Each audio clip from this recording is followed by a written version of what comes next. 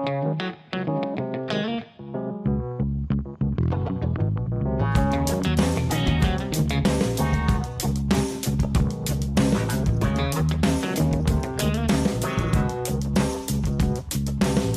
welcome back to TV Spoilers. Hey, I'm gonna Mariah to stop Tessa's action. Mariah be able to skip us the city? Y&R the Restless reveal that Mariah had once convinced herself that if she stayed calm, if she planned carefully enough, she could carry Dominic beyond everyone's reach. The police, the accusations, the judgmental whispers that always spread through Genoa City faster than truth, and the darker shadow of the past that chased her like a sentence with no end date.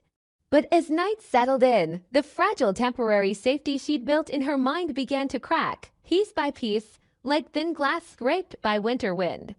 She drove the car she'd prepared in advance, headlights cutting a narrow path through twisting roads, while her heart ran miles ahead of the tires, repeating the same question until her throat felt raw. If they already knew where she was headed, how many moves did she have left before she was caught? Mariah kept a tight hold on Dominic's hand, clinging to the small warmth of him as the last anchor for her sanity. Dominic couldn't understand the full storm, but he could feel the tension in the silence, the way adults tried to hide danger behind speed and urgency. That made it worse for Mariah, because she knew every choice she was making was dragging a child into a darkness he never asked for.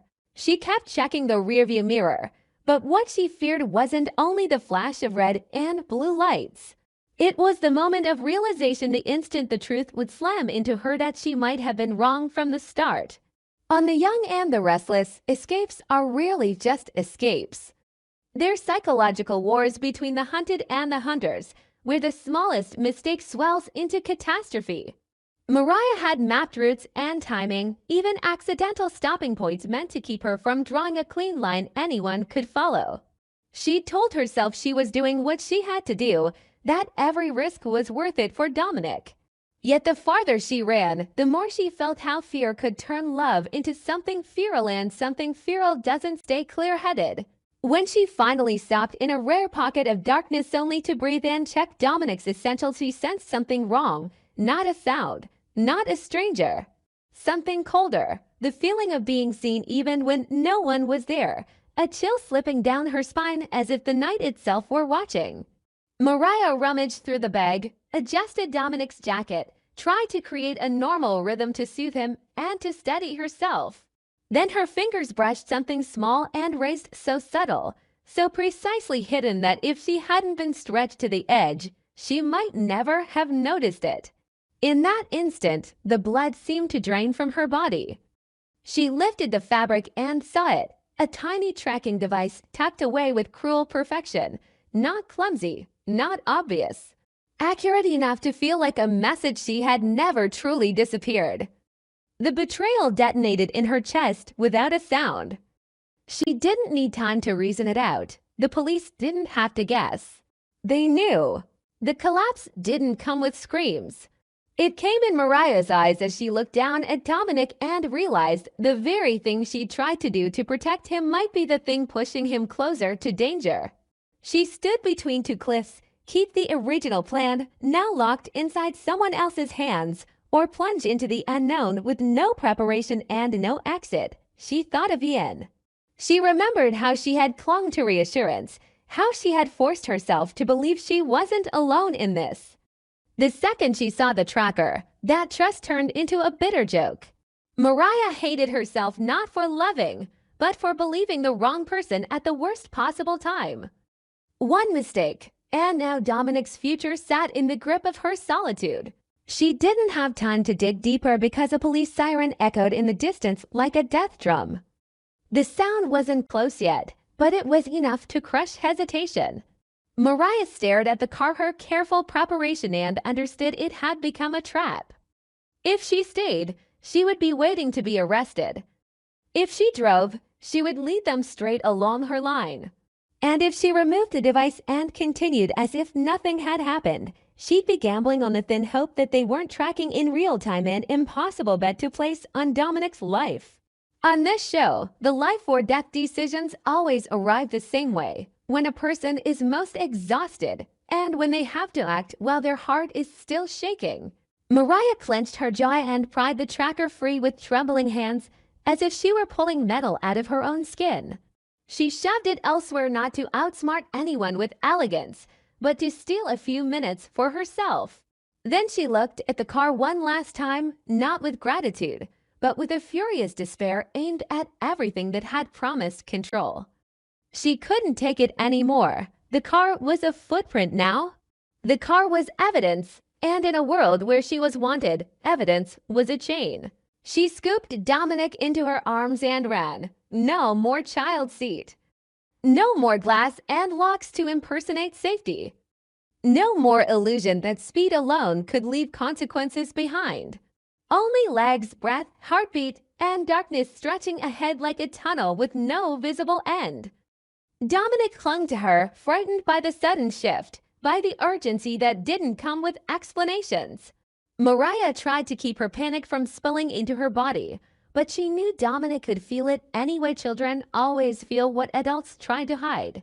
In her mind, she kept repeating the same thing, not to comfort herself, but to keep from breaking. Just get through tonight, just find somewhere to hide, just buy one more chance. Even those words sounded like hollow prayers. As she ran, Mariah was forced to face the truth she'd avoided for too long. Her motive wasn't only to escape.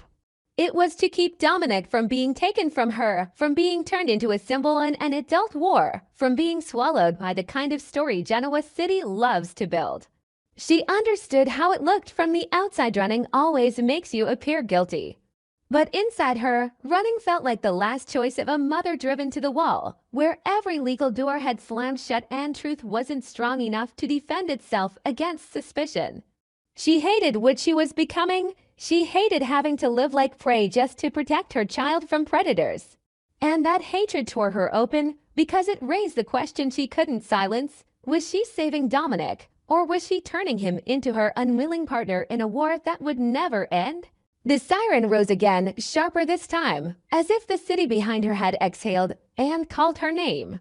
Mariah stopped for a fraction of a moment, pressing her back against a cold wall, holding Dominic close and willing him to stay silent. She scanned the dark for an exit, a hiding place, any sign that night might still offer mercy.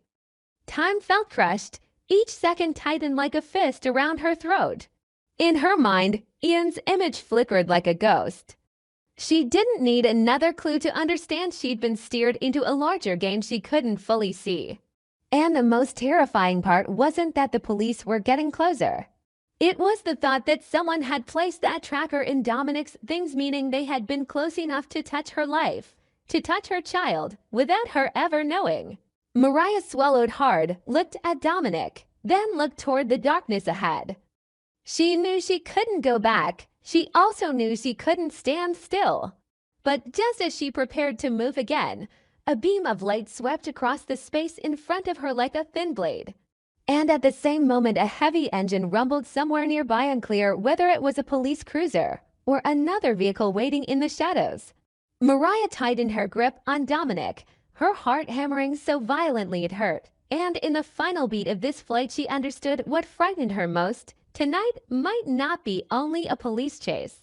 It might be a bigger trap once she stepped into the moment she abandoned the car. And now, directly ahead, a figure moved out of the darkness as if it had been waiting for the exact place she would run.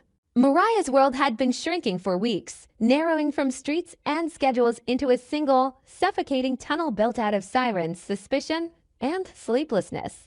In Genoa City, rumors didn't merely travel, they hunted, multiplying in every glance, every headline, every half-finished sentence overheard in a cafe. And now that she was running, every mile only proved what people already wanted to believe. The chase wasn't just outside her window, it had moved inside her bones. She could feel it in the way her hands trembled when she tried to buckle Dominic's jacket, in the way her eyes scanned every shadow, as if the dark itself might be wearing a badge. She told herself she was staying rational, that she was adapting, that she was thinking faster than the people trying to corner her. But beneath that insistence, something else was rising, something jagged and unstable, like a crack opening under thin ice. Tessa and Sharon sensed it long before they could name it. At first it was small, almost deniable. Mariah's voice too tight on the phone, her silences too long, her answers too rehearsed. Then it became harder to ignore. She sounded like someone constantly listening to something no one else could hear, as if every word she spoke had to pass through an invisible filter first. Tessa knew Mariah's fear, knew her resilience, knew the way she fought when she felt cornered. But this was different. This was fear that no longer followed logic. This was a woman acting like the enemy wasn't simply the police or the judgment of the city, but the people who loved her most.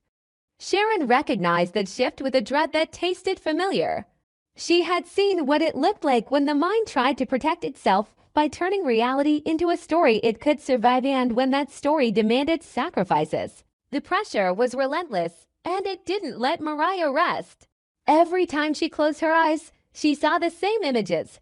Dominic's face dissolving into someone else's arms, doors closing, keys turning, a child's cry muffled by distance. Every time she woke, her first breath was panic. She started talking to herself under her breath, not in a way that sounded like comfort, but like negotiation, like she was arguing with a presence that wouldn't leave. And slowly, horribly, that presence began to take shape in her mind until it had a name, a tone, a familiar cruelty: Ian Ward. It wasn't that Mariah believed, in a clean and simple way, that Ian was standing in the room. It was worse than that.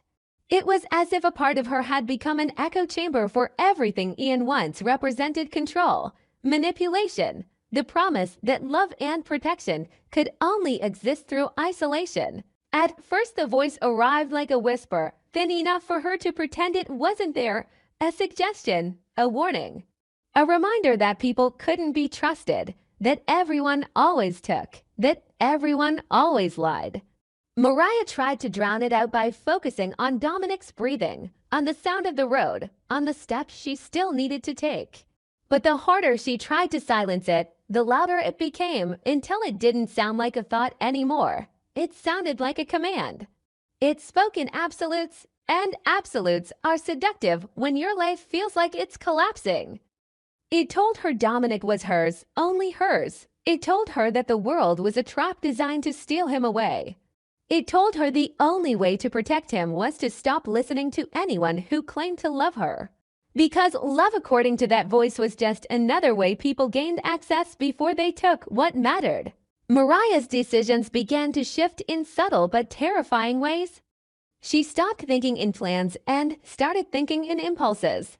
She stopped weighing options and started chasing the first path that felt like relief, even if it made no sense. If a car slowed down behind her, it wasn't just a driver, it was a threat. If a stranger looked twice, it wasn't curiosity, it was surveillance. If Dominic fussed or cried, she didn't hear a tired child, she heard a countdown. The line between caution and paranoia blurred so completely that she couldn't see where one ended and the other began. And because she was still capable of tenderness, because she still kissed Dominic's forehead and whispered comfort into his hair, she convinced herself that her love proved she was safe. She didn't realize that love can become dangerous when it's fueled by delusion. Tessa tried to hold on to the Mariah she knew, tried to reach her through the panic and the distance. She searched for patterns in the fragments Mariah left behind, the odd phrasing, the sudden changes in direction. The way Mariah kept insisting she was fine while sounding like she was barely holding herself together. Sharon stayed close, her own fears sharpened by the knowledge that this wasn't simply stress, this was something tipping into crisis. Together, they began to notice small, unsettling clues, breadcrumbs that weren't meant to be breadcrumbs. A mention of a place that didn't fit Mariah's normal instincts. A reference to danger that sounded rehearsed, like it had been planted in her head rather than discovered in the world. A tone in her voice that shifted mid-sentence, as if she had momentarily turned toward another listener in the room. And the more they listened, the more they realized Mariah wasn't simply hiding from everyone. She was hiding from them specifically, as if she believed they were part of the threat. It didn't take long before Mariah made the move that shattered what little stability remained. One moment she was still reachable, still responding, still tethered by the thinnest thread to the life she had left behind. The next, she was gone. She took Dominic abruptly and cut off contact like a severed wire. No warning, no explanation, just silence. The absence hit like a blow to the people who loved Dominic and loved her because it confirmed their worst fear. Mariah was no longer simply running from the police.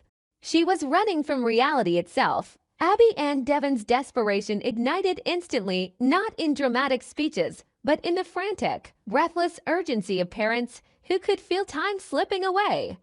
The city's pressure, the investigation, the suspicion, none of it mattered compared to one simple truth. Their child was missing again. And this time he was in the hands of someone who might not be able to keep him safe, even if she believed she was doing exactly that. Mariah drove or walked or slipped through back roads towards somewhere remote, somewhere she told herself the world couldn't reach. Each mile away from people felt like proof she was winning. Each mile away from help felt like security. She chose isolation because it matched the story Ian's voice was feeding her, that the only safe place was the place no one else could enter. The remote location wasn't chosen for comfort. It was chosen for emptiness. No witnesses, no questions.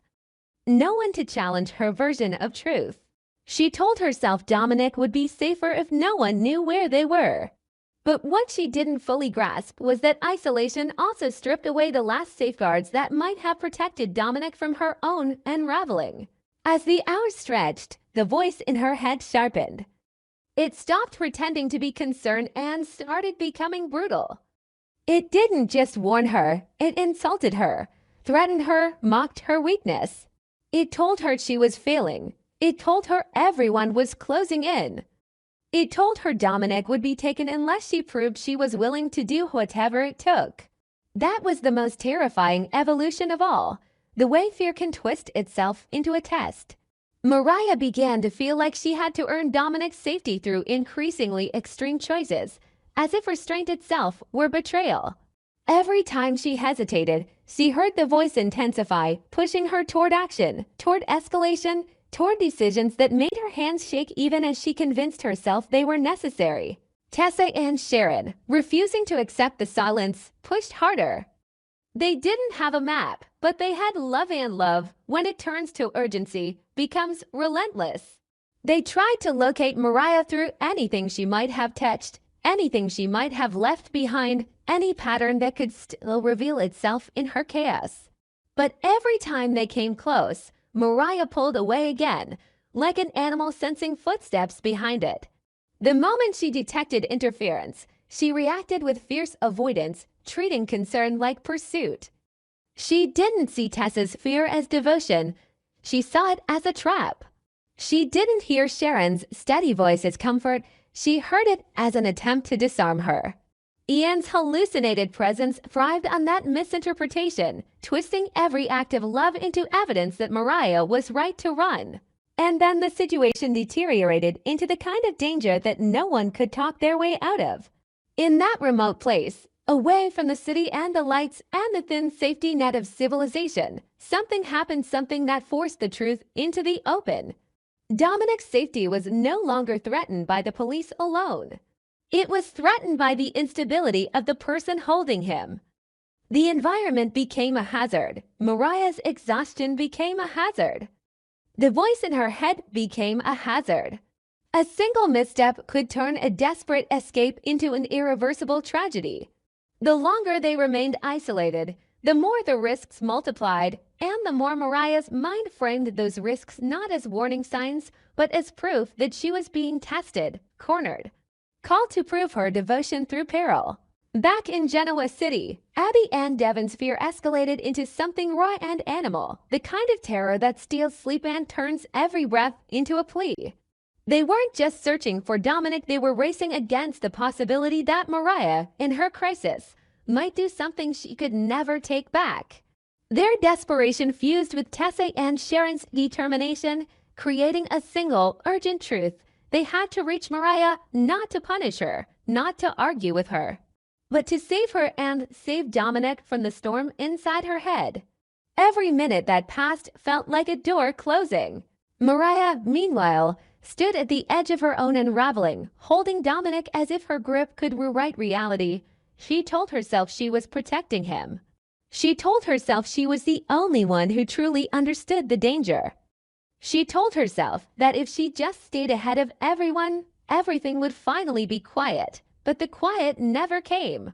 The voice never stopped. And the most tragic part was that deep down beneath the panic, beneath the delusion, Mariah still knew she was losing control.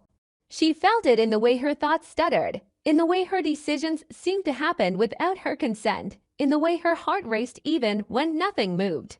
That awareness flickered like a dying match, and instead of guiding her back to safety, it fed her shame. Shame made her hide.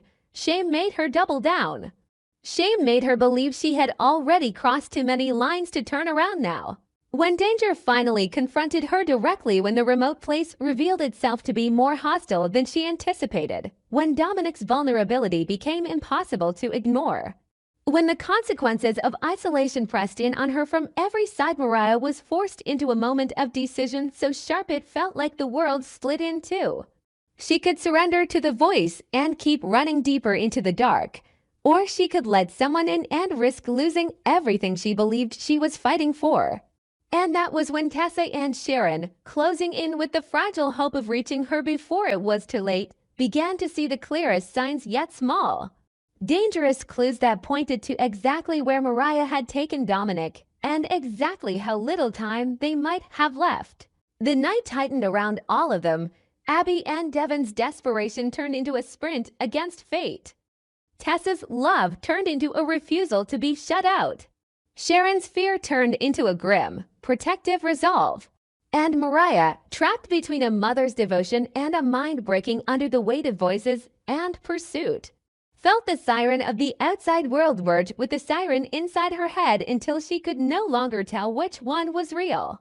In the final stretch, as the family's efforts converged and the remote location's dangers came fully into view, Mariah heard Ian's voice become ice cold and absolute, issuing a new command that made her blood run colder than the night air, because it wasn't just telling her to run anymore. It was telling her what she had to do next to prove Dominic would never be taken. And as she tightened her grip on him, footsteps sounded somewhere nearby, close enough that the darkness itself seemed to breathe. On our TV Spoilers channel, I always seek content inspiration for each video by compiling short video clips to analyze and offer my personal opinions. This channel specializes in analyzing, theorizing, and discussing plot points in the Young and the Restless series from the perspective of a longtime fan. Through this, viewers can gain deeper, more objective, and more interesting perspectives. Subscribe to the channel to stay updated on the latest news about the Young and the Restless series.